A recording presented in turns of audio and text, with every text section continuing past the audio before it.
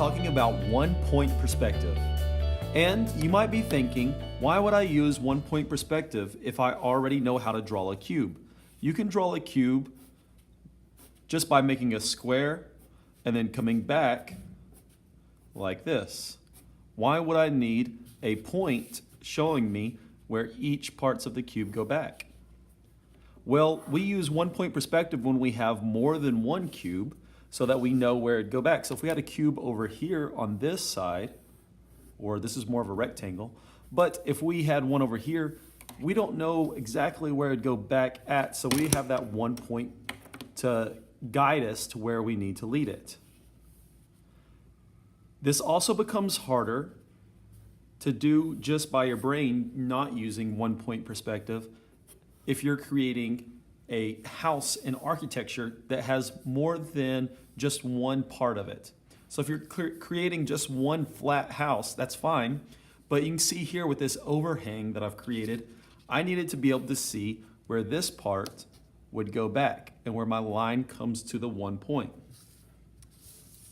You can see this in a few other pieces that I've drawn. So this one has some zigzags in it, and it'd become quite a bit more difficult to know where those would go back and what angle it would go back with without that 1 point. Here's one more. And you can see here, I've come into the building, and then on the inside, I'm still using that 1 point to create this line here that shows me where it'd be at on the inside of the building if it recessed in a little bit. And I did an overhang on this one as well. We're going to be looking at some architecture that we have here at this school. So out on our playground, we have these tables and we have this part of the building where it kind of meets. And I wanted to see where 1-point perspective comes into play with this picture. So the building that's in the back that is flat, it's not going to act very much to the 1 point because it's flat. But these buildings that are coming at you, that we need to have depth, we're going to create lines that go to this point. And it doesn't look like this line and this line come to the 1 point. So it doesn't look like this building and this building come to the 1 point. But when we put down our ruler, you can see that it always meets right here in the middle. So if we put our ruler here, you can see that it meets to that point.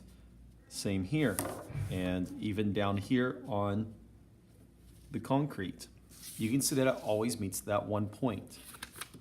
So I'm going to be teaching you today how to draw something like this where it all comes to 1 point when something is coming at you.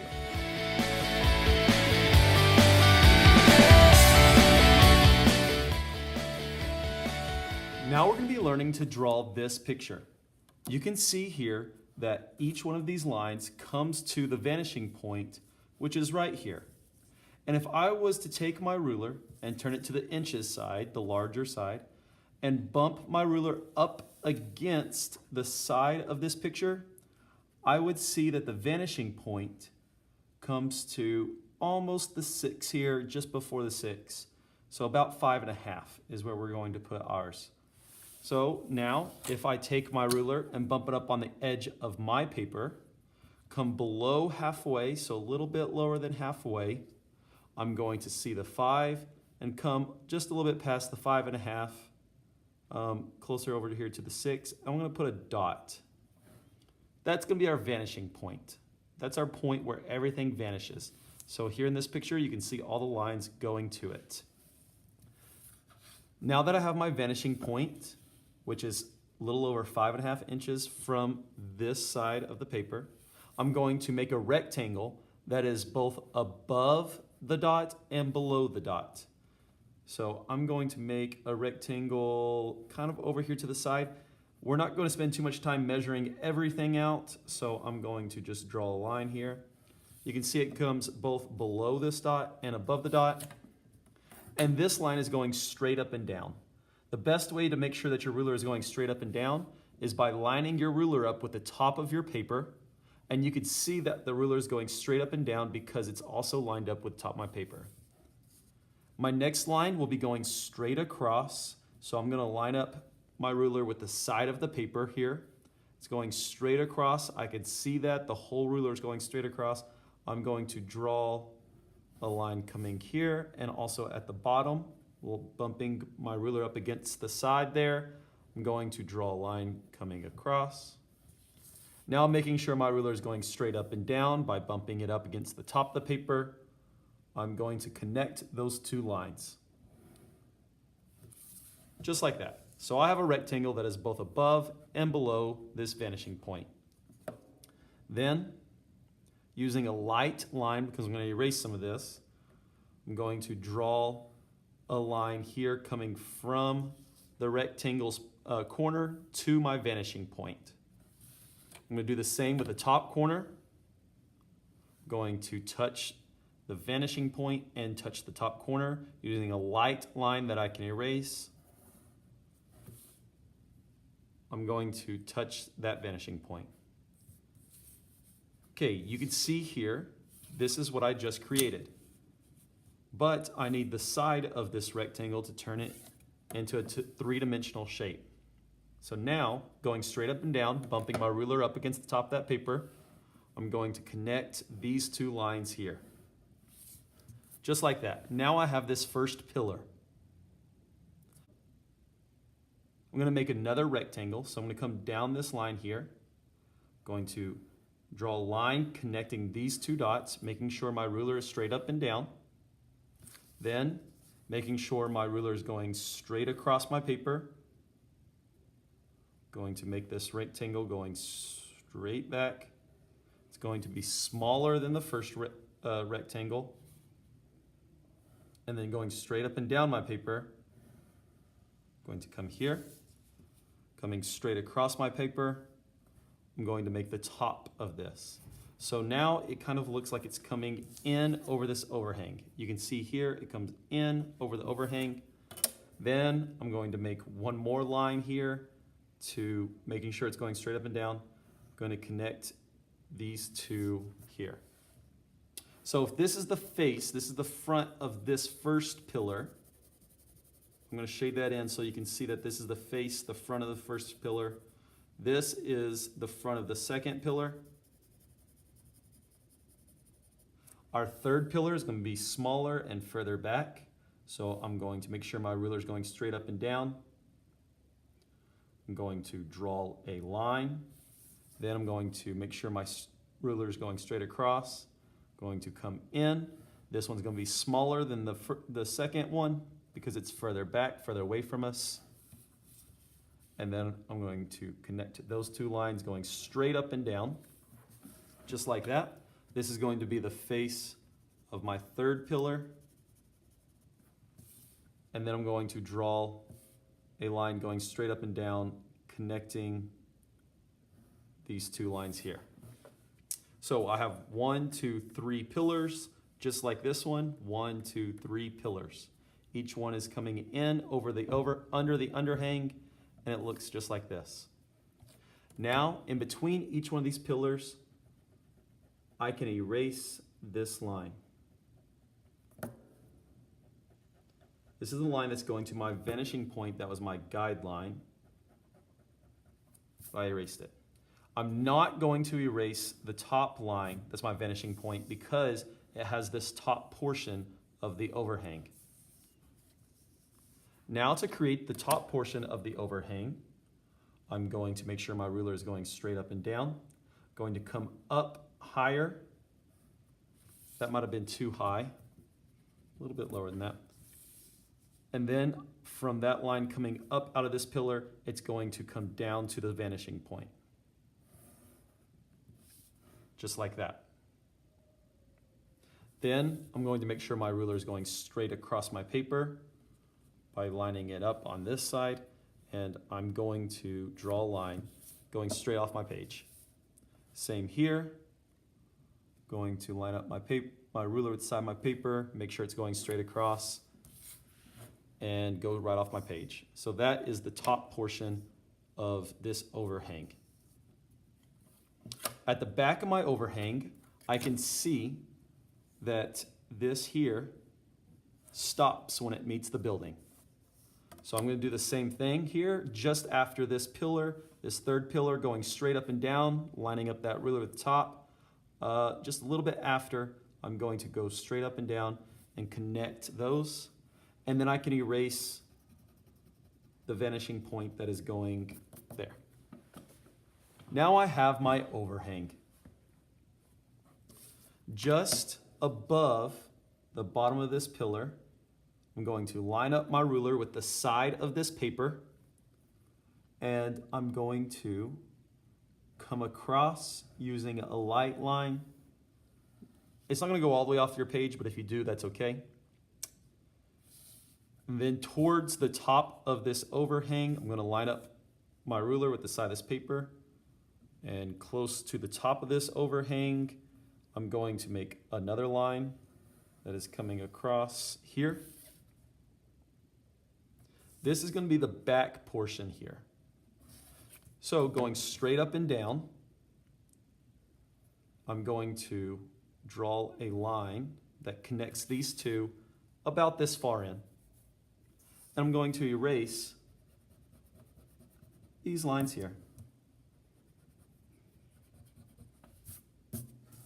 Just like that.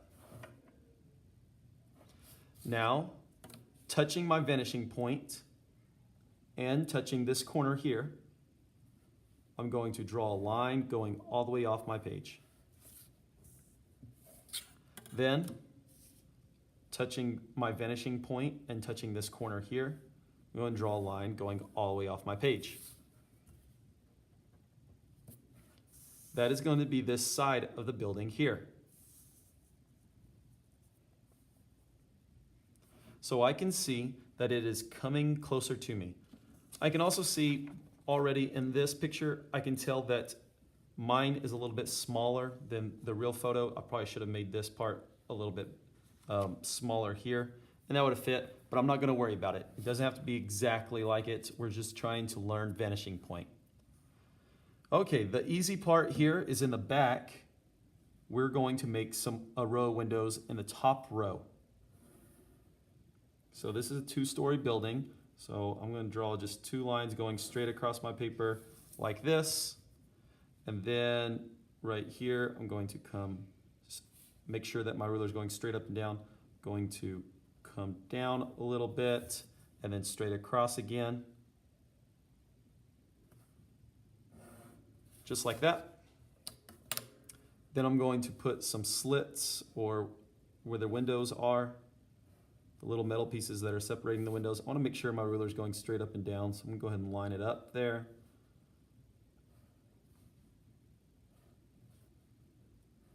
I'm rushing a little bit, but I don't want this to take too long. Then making sure my ruler is going straight across my paper, I'm going to draw a second set of windows for the bottom story.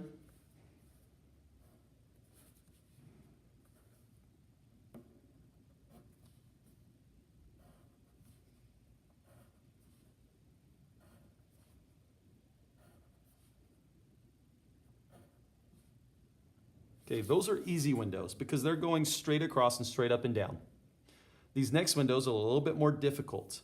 So I'm going to put my ruler on the vanishing point and I'm going to draw a light line that I can erase going across here. And then touching my vanishing point, I'm going to draw another light line going across here. I want to be able to erase these because these are going to be these windows back here. So I can see there's first, I'm going to make sure my ruler is going straight up and down. The first thing I see is a little door, and it's very, very skinny because of the angle we're looking at it. Then there is a window right next to that, which is also very skinny because of the way we're looking at it. So this is a window. Go ahead and color it in so you can see it. And this is a door.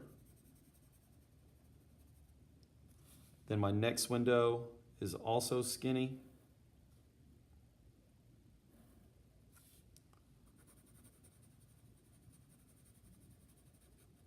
And then my next window is pretty skinny too.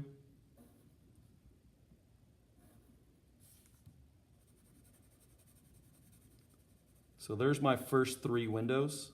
Then there's a gap, and my ruler's going straight up and down. My next set of windows are going to be bigger because they're getting bigger as they go. So this window is going to be a little bit bigger than those 3. I'm going to color it in, and it looks like I'm just going to have room for 2 windows. I think the cutoff point on my picture is a little bit different than the cutoff point on the photo I took. So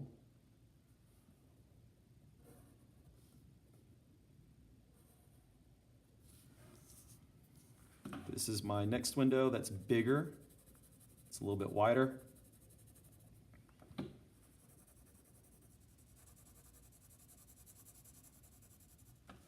Okay, so I have these windows here, and I have my back windows. If we have time, we can make the second story windows up here by looking at the vanishing point, drawing a line that's erasable, coming up. And then I'm just going to mimic these windows that are down here.